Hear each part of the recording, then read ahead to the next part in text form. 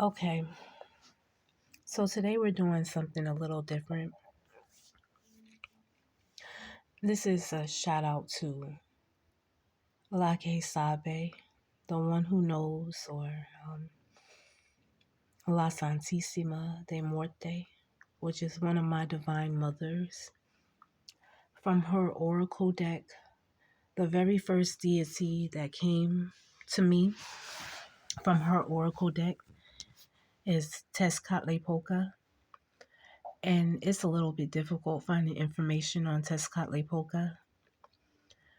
So I went to the library and I checked out this book. This book here is called Gods of Sun and Sacrifice. It's covering Aztec and Mayan myth, as you can see. And I'm going to read straight from the text here about the Lord of the Smoking Mirror, which is Senor Tezcatlipoca. That card got beat up. Senor Tezcatlipoca has been with me for a minute now. So I'm just going to read the text here. I'm going to see if I can show you pictures from the text. And I'm going to see how quickly I can read through this material just so that I have a working reference and that anybody else who's working with Tezcatlipoca or who would like more information on Tezcatlipoca, hopefully this will be like a great starting point for you in case you don't have access to this book here that I just referenced. And I hope that other people will be able to share their information as well as they come across it. Okay, so I'm just going to start reading straight from the text. It says, among the first four gods created by Ometeo in the 13th heaven was Black Tezcatlipoca.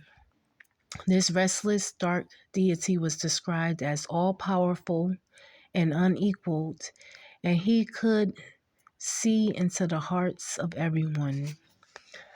Tezcatlipoca wrote Bernardino de, oh Lord, I hope I'm saying this right, Sahagún, under the instruction of his Aztec informants, was considered a true god whose abode was everywhere, in the land of the dead, on the earth, and in heaven. So impressed was, I'm going to keep calling him Mr. Bernardino because I'm not sure I'm pronouncing his last name correctly, with the stature of Tezcatlipoca, that he compared him to the Jupiter, king of the gods in Roman mythology. Undoubtedly, Tezcatlipoca, as Black Tezcatlipoca, was usually known, quite unlike the Christian god worshipped by the conquistadors. When Tezcatlipoca walked on the earth, continued Mr. Bernardino, he quickened vice and sin. He introduced affliction and anguish. So different was the Aztec Jupiter from the Christian deity that Mr. Bernardino described him as an opponent of God. This wicked Tezcatlipoca we know as Lucifer, the great devil, who there in the midst of heaven, even at the beginning, began war, vice, and filth. Mr. Bernardino then succinctly summarized Tezcatlipoca's nature. He created, he brought down all things. Tezcatlipoca then was the great god who could both create and destroy. He could bestow wealth, long life, and happiness, and then casually take them all away. Among the most evocative and inscrutable aspects of Tezcatlipoca was his name, which meant smoking mirror. The god carried one mirror at the back of his head, and sometimes a second mirror replaced one of his feet that was turned off when he hurled out the heaven. Wait, I'm sorry, belay my last. Was turned off when he was hurled out of heaven for seducing a virgin goddess. The history of Tezcatlipoca's mirror is as obscure as the images in its smoking surface, but mirrors clearly had magical qualities. And just so that we all know, his mirror is made out of black onyx. All right, let's see. So his smoking mirror was actually black onyx, like this. I need to clear it off, but this is one of the mirrors that I got to honor Tezcatlipoca with. The history of Tezcatlipoca's mirror is as obscure as the images in the smoking surface, but mirrors clearly had magical qualities. Toltec legends talks of a mirror whose surface was like smoke that could predict the end of droughts. Tezcatlipoca is said to have stolen this mirror, hidden it, thus prolonging the famine. Oh, it says the mirror smoked because it was made of obsidian. So I said black onyx. Belay my last. Obsidian. It's made of obsidian. A black volcanic glass that reflects darkly and often with distortions. Tezcatlipoca could see into the future with his mirror and into people's hearts. This magical clairvoyance that he alone of the gods possessed made him the patron of shamans. I think that's very important right there. For whom mirrors were tools of the trade. Tezcatlipoca is also a warrior god, and he was vividly illustrated in the Aztec codices, where he usually is depicted as a warrior bearing the Atl. I don't know if I pronounced that right. ATL. Spear thrower. That's what that means. Darts and shield. He carried a war banner and wore in his hair the two heron feathers that were usually the headdress of the Aztec knights. Tezcatlipoca had his opposite in both the gentler, life-giving Quetzalcoatl and in the agricultural deity Red Tezcatlipoca, or Zipe Toltec. While Zipe was associated with the sun of the upper world, Black Tezcatlipoca represented the dark sun as it traveled at night through the underworld. These opposing principles of day and night, light and darkness, were represented symbolically in the ball game that was played throughout Mesoamerica at the end of the fifth sun. This will be the game that Black Tezcatlipoca must win. For at the end of the present age, Tezcatlipoca will steal the sun and thus destroy the world, the gods, and human history. Tezcatlipoca was also known as the left-handed one, implying that he was sinister and untrustworthy, which I don't understand how they got that implication. I'm ambidextrous. My son is left-handed.